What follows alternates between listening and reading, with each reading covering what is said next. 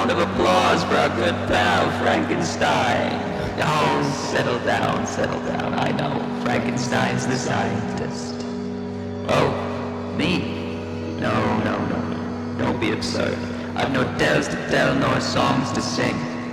Well, not of my own. So how about I regale you with the story of a dear friend of mine? My name remains unimportant. But this is an elegy for One Roderick Usher, or the Haunted Palace. I staggered, as it were, upon yon shambled pallid house, not in gate, but in the soul. So desolate can an image of once proud distinction be, when interned beneath time's sacramentary toll. Insufferable the sight of such a miserable wretch as he, a friend at once alive and stone cold dead, a musician of the string.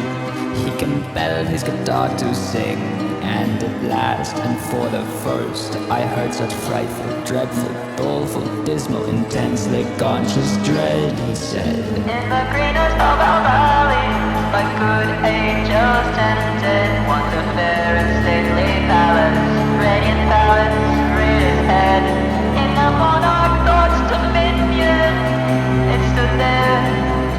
Never seraph spread a pinion over fabric of so fair. Madeline, oh poor Madeline, such an anguished visage worn, a depression deeply soaked and yet so fresh.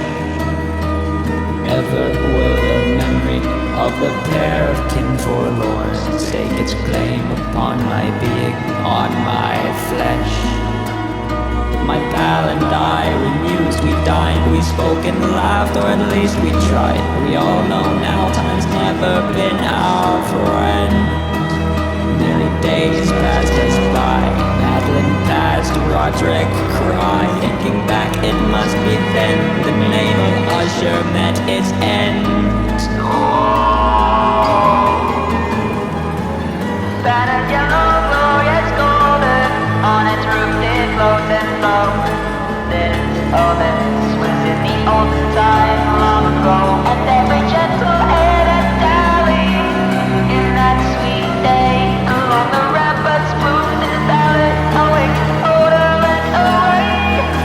Wanderers in that happy valley, through to moonless windows saw spirits moving musically to a luteful tune as law. Round about the throne, where sitting for Theogony, in state his glory, well befitting the ruler of the Roman sea. Goblined lane, tombs neath the mansion she once knew. Lady Madeline seemed naught but full of life.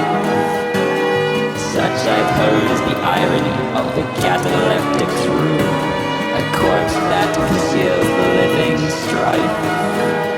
But I admit from last night forward, comfort seldom graced my heart, till one dark night had wrung my senses warped and dry. In my folly I thought the story could act to soothe my hysteric friend and I. Even then I knew it futile, but I'd be damned if I could not at least try. And all with pearl and ruby glowing, was a fair palace door, through which came flowing, flowing, flowing, and sparkling evermore. And shrewd echoes whose sweet beauty was but to sing. Voices of surpassing beauty, wit and wisdom of the king.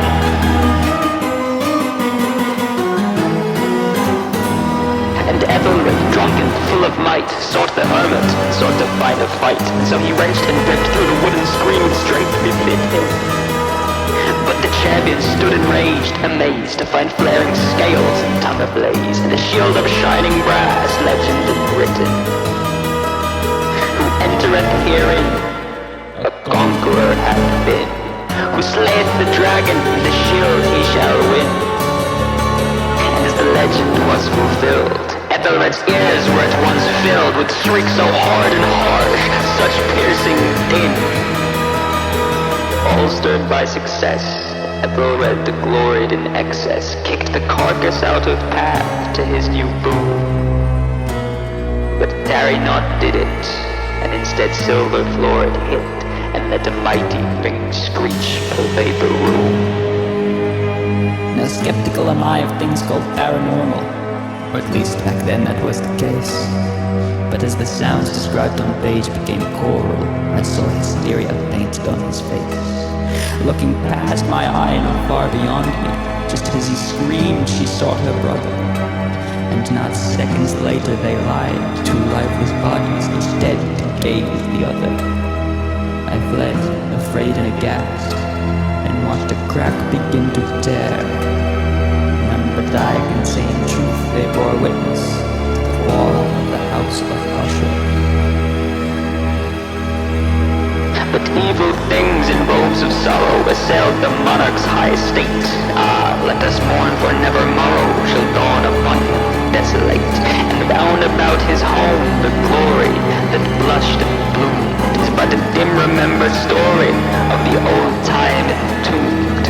And travelers now within that valley through the red-lit windows see vast forms that move fantastically to a discordant melody, while like a rapid ghastly river through the veiled door a hideous throng rush out forever and laugh but smile no more.